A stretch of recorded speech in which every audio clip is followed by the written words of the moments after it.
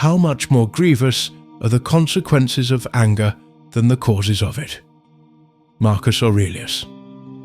You get angry and tell yourself it's justified. Someone disrespected you. Someone crossed a line. Someone was unfair. You feel the fire rise in your chest, the electricity in your hands. You want to shout, to prove, to punish. You call it standing up for yourself, but most of the time it's just losing control. Anger promises strength but delivers weakness. It burns everyone in its path. And you, the angriest, always burn the most. The Stoics understood long before psychology gave it a name. Anger is not a reaction, it's a choice. You can't choose the first spark, but you can always choose whether to feed it. You never lose your temper. You release it. No one forces you to shout, to insult, to lash out. They only offer you the bait and you swallow it.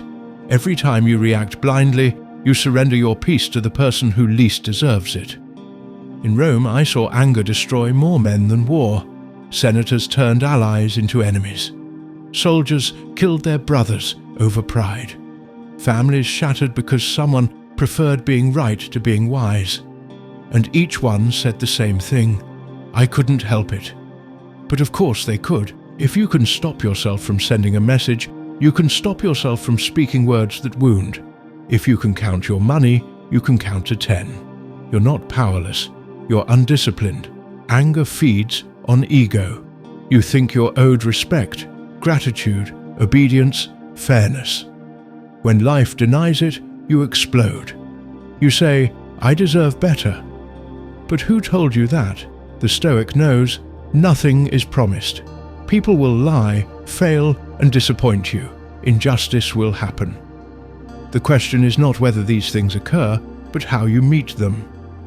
If your peace depends on others behaving perfectly, you will live as a permanent victim. Seneca called anger temporary madness. It blinds reason and makes you believe revenge is justice.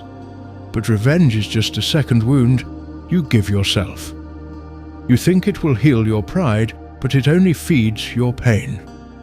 You say, they deserve to pay. Maybe they do, but must you become like them to feel even? You can't heal your pride by hurting others.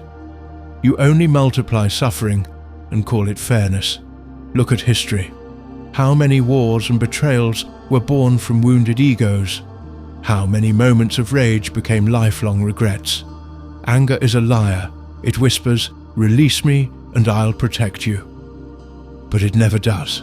It poisons your body, clouds your judgment, isolates you from those you love. You think you control it until it ruins something you can't repair. So what can you do? Begin where all Stoic practice begins: awareness. Learn to notice the spark before the fire. Anger never comes unannounced. It tightens your jaw, quickens your heartbeat, rehearses arguments in your head. That's your signal. In that moment, pause, breathe, not to suppress anger but to study it.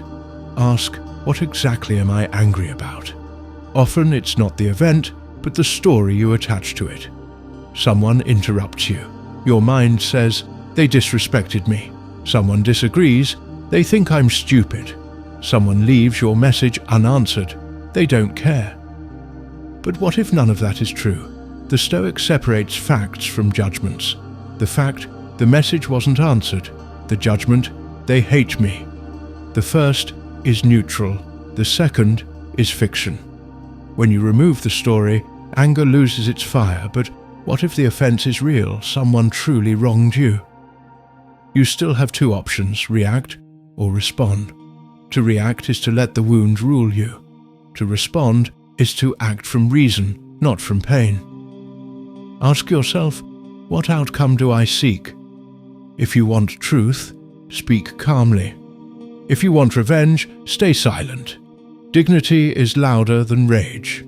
When a man insulted Socrates in public, he didn't shout back. He smiled and walked away.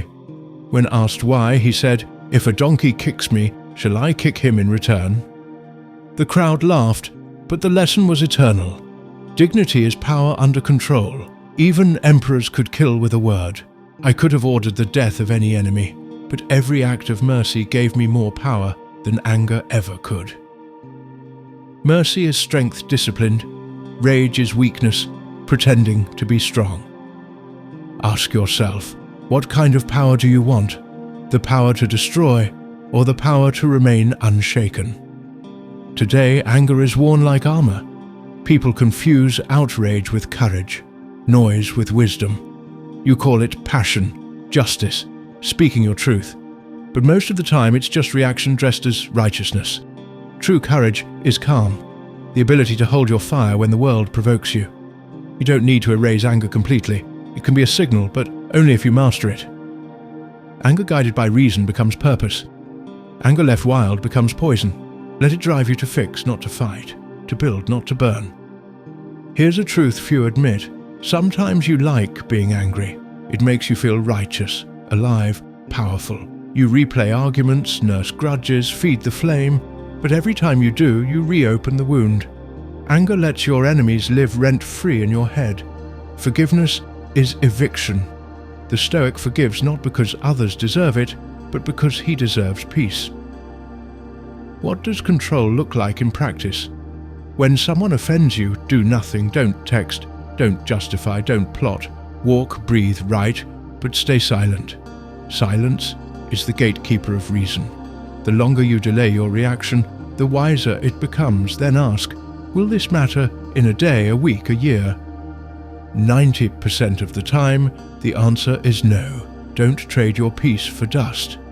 And for the remaining 10%, the true betrayals and injustices, act but without fury. Justice without hatred. You don't need to shout to be strong. You don't need to humiliate to win. The Stoic strikes once, never twice, because he knows the best revenge is distance. Anger hides fear. You're not only mad at others, you're angry at yourself for being hurt, for not having control. But to be human is to be vulnerable. Denying that doesn't make you strong. It makes you fragile. The Stoic expects mistakes, not miracles. So when people fail, he forgives quickly. Not because they earned it, but because peace is more valuable than pride. Picture this. Someone cuts you off in traffic. You curse, your heart races, you replay it for minutes. They forget about you 2 streets later. You carried the fire alone. That's what anger does. It punishes you for someone else's stupidity. Now imagine, you see it, breathe and think, maybe they're rushing to a hospital, maybe they're foolish. Either way, it's not my burden. You exhale and stay free. Which version of you lived better? Stoicism isn't coldness, it's clarity. Calmness is not weakness, it's control. Anyone can shout. Few can stay silent and still act justly. The next time anger rises, remember, it's not you versus them, it's you versus your worst self. The version that confuses pride for strength, that would rather win an argument than protect peace. Defeat him, and no one else can defeat you. When you master your temper, you master your destiny. Empires fall to fury, friendships die of pride. But a man who rules his emotions rules everything he touches. You ask, what do I do with my anger? Use it. Turn it into discipline, focus, endurance. Let it build you, not burn you. When that heat rises, smile. Life is testing your training. You don't need to react. You only need to remember who you are. Because peace isn't found after the storm. It's forged within it. That is what it means to be truly strong.